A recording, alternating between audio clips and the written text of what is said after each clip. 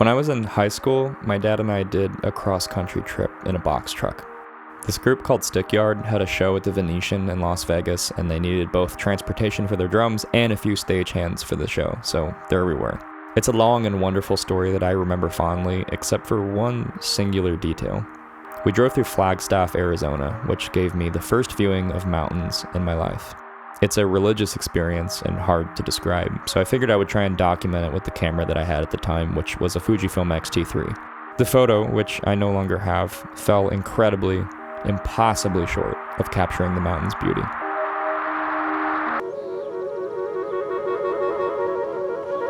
Remy is almost 10 years old, and she's my best friend. Mountains and dogs don't have a lot in common, but I did find one thing. The love I feel for this little animal and the majesty of a mountain are both impossible to capture for a camera sensor, at least the sensors I've been using. I do have a theory though. Last time this happened, I was using an X-T3, and this time a Pocket 6K, so maybe the problem is my choice in cameras? There are way more advanced camera bodies out there these days. Maybe they have an easier time with stuff like this. I haven't done a good job of keeping up with the newest mirrorless cameras, so I just went with one of the most powerful ones I could find. One that can shoot 8K RAW internally and capture 45 megapixel photos. One that has powerful autofocus, an IBIS system, and just about every other feature you could possibly hope for in a compact form factor. If anything can capture something this impossible, it's the Canon R5 Mark II. I've always given Canon a hard time for a myriad of reasons, like questionable build quality, high prices, low dynamic range, lacking features, stuff like that. But the R5 Mark II feels like Canon's confident answer to all of those complaints that I and the community have had for the past couple of years. There are a couple things that are annoying that we just need to keep in mind and develop some workarounds for, but otherwise the R5 II puts up an amazing performance across the board. So let's start with the bothersome stuff. First up is battery life. I was getting around an hour and 15 minutes per battery when recording in 4K fine video. That certainly isn't class leading, and there are certainly better performing competitors in this regard, but I also don't mind that much. Canon cameras in particular are finicky with third-party batteries, and the factory ones are pretty pricey at $80, which I suppose could be a downside for some, but not a deal breaker. Next up is IBIS, which I am particularly annoyed about. Here's the thing, guys. IBIS is not for walking. IBIS is not for replacing a gimbal. It's for stabilizing a lens just enough for handheld use. But for some reason, we are so obsessed with how many stops an IBIS system has and how fast we can run with the camera that manufacturers are making these insane IBIS systems that are working way too hard, and they give these weird robotic results, and Canon is one of the worst among them. If I was on a Sony IBIS system and put on a manual lens like this 50mm, it would flatten out the natural shake of my hands but keep all of the movement. It isn't perfect, but it shouldn't be in the first place. It should just look like a handheld camera. The same setup on the R5 II shows that Canon still has a long way to go here. The stabilization is way overcranked and is trying to keep the image stable to an unnatural level. It's far too sticky, it jerks from place to place, and sometimes even shows a bunch of ugly corner warping. I would love to see Canon improving this in the future. I mean, besides those two things though, the IBIS and the battery life, this thing is amazing. The grip is a good size and comfortable to hold, there are buttons everywhere, and some of them can even achieve custom commands. I think the fully articulating touchscreen and viewfinders are fantastic. I like the texturing on the hand grip, the I/O is excellent. We're finally getting full-size HDMI and Canon cameras, there's USB-C and 3.5mm audio in and out. We have an SD card slot and a CF Express B slot, which I really appreciate. Autofocus is wonderful. It seems super reliable and sticky, but fast and responsive. I would certainly rely on it for a talking head shot, and it has tons of assist features to help, like face-only tracking. There's tons of things to customize in the menus, and most important among them for me, a huge selection of codecs. It's a bit bloated, and I think there might be too many options, but we can certainly find what we need in here. My favorite is the 4K fine modes in 10-bit C-Log 2, although if you're feeling frisky, we can jump up to 8K RAW. Overheating seems to be significantly improved as well. With the new heat threshold turned up, I didn't experience any overheating in my testing at all, which was a very pleasant surprise. Overheating has been a big reason why Canon has remained a non-starter for a lot of filmmakers. Image quality is also great. Dynamic range is decent, readout scores are great, and it has those Canon colors that everybody goes bananas for. There is a lot of information to play with in post, and that's just the 10-bit profiles. RAW is even better. They truly packed a ridiculous amount of power into this thing. Which is why, if any camera can capture this feeling, it should be this one, right?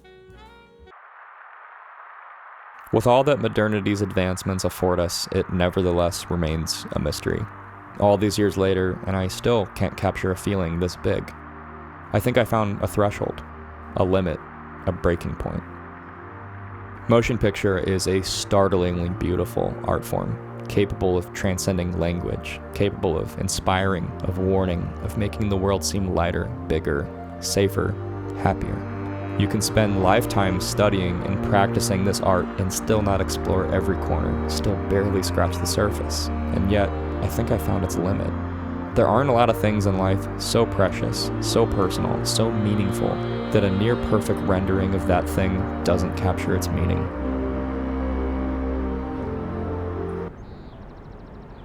Maybe music is able to do a better job, I'm not sure.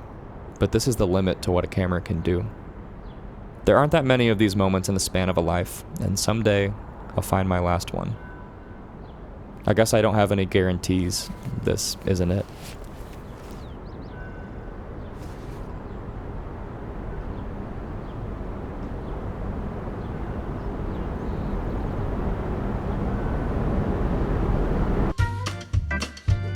All right, let's look at the numbers. We're gonna start with dynamic range, and I have a little bit of an annoyance with this camera because I've seen a lot of people talking about how this is one of the highest dynamic range cameras that you can buy right now. I've seen a lot of people posting about that, and I really don't want to go into how dynamic range and sensors work again. If you guys have stayed this long into this video, you probably already know, so it would be lost to explain this. But when we're looking at dynamic range scores, we're always referencing either the raw scores or the least processed possible that we can look at. Because when manufacturers bake in a whole bunch of noise reduction into compressed profiles, it can inflate the score, and then when you put it through something like Imatest, which we use to look at what the dynamic range is looking like synthetically, it can inflate the scores and make it look like that it has a lot more dynamic range than it actually has. That doesn't mean that compressed formats are bad. Even internal noise reduction is bad, but raw is always preferable because you can take it into post. You can dial in the exact amount of noise reduction that you want. You might even want to let in a little bit of extra noise. When you hear somebody say that the R5 II has industry-leading dynamic range, they're probably looking at this number right here. Cine-D has this ranking system, and it just uses whatever the best score is. So when we look at signal noise ratio of 2, you would think when you press check ranking that this is the 9th best scoring sensor of all time, which is truly ridiculous. I've seen a lot of screenshots of this and people talking about how this thing is like just as good as the Alexa or whatever. But if you look at the Canon RAW, which is right here, this is before any of the noise reduction, we're getting 12 total stops at a signal noise ratio of 1. You could probably push that a little bit further, but that signal noise ratio of 2 becomes 10.8. So if we actually went in here and looked at that, 10.8 would get us in 81st place. So you have to be really careful when you look at this stuff. If somebody ever says anything about dynamic range, if a manufacturer says anything about dynamic range, it's so important to ask, what kind of codec was it shot in? What kind of noise reduction was used? What's the signal to noise ratio? All of these results are with the noise reduction turned down as much as you possibly can. So the fact that it's jumping up this much means that there's a lot of noise reduction you unfortunately cannot turn off. That noise reduction actually looks pretty good in the R5 II. I think it looks great. I've certainly seen a lot worse. And really quick, just to compare those, here is, again, Canon RAW at the native ISO. Our patch range is 15.1. A lot of those stops won't be usable. I'm usually referencing signal noise ratio of 1 as my total stops that I'll be able to use. That is 12. If we go over here to the Pocket 6K, which I personally use, that is 13. So we have an extra stop almost. If we go over here to the FX6 and we look at ProRes RAW, which again has no noise reduction, that's a 12.6, so 0.6 stops of dynamic range on the R5 II, and XAVC-I, which has 12.8. This is what you want to see, because between the raw profile that we know has no noise reduction and then a compressed profile that hopefully doesn't have noise reduction, they're about the same. And unfortunately, when you look at the R5 II, that is not the story. You're getting 12 in raw, and then when you go to another compressed profile, the best you can get is 14.1. So there's a lot of extra noise reduction in there. These are all synthetic numbers. We can talk about them all day, but I think a Latitude test is a little bit more useful. So we're going to pop over here to resolve. First, we're going to do overexposure. I've normalized all of these so that they all look exactly the same, but I have raised the exposure each time so we can tell exactly when it's clipping for both highlights and we'll do noise later with shadows. I've done 4K fine in a 10-bit profile, and I've also done raw, so we can compare those. This is in a 4K timeline. All right, let's get started.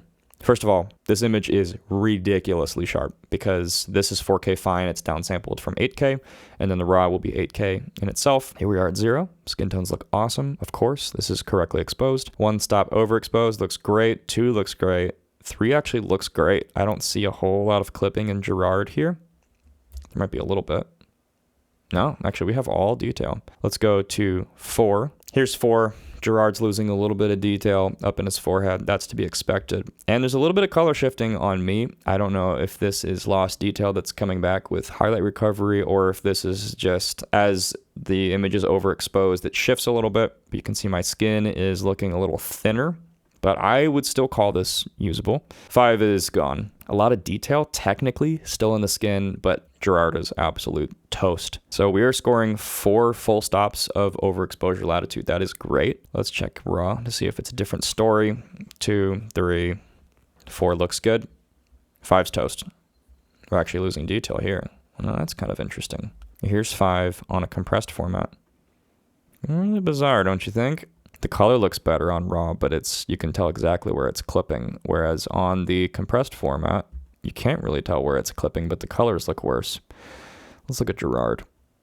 He looks about the same. Pretty interesting. 4 stops is nothing to shake a stick at. That's great. Let's go to underexposure. Let's start with XFAVC. 0 looks fine. 1 looks fine. With Canons, I'm a lot of times referring to this weird ruddiness in skin tones whenever they're underexposed. Every camera is like that, but I think specifically Canons look really, really nice at 0 or 1 stop over. Skin just looks so creamy and nice, and it really lends into that Canon color science that everybody likes and talks about. But the only thing I don't like about Canon color science is that it really easily becomes kind of ruddy and brown and severe. Again, every camera does this. It seems that Canon is more susceptible to it than I've seen with other cameras. 2 stops underexposed. You can start to see what I'm talking about. First of all, not a whole bunch of noise. It is certainly being denoised.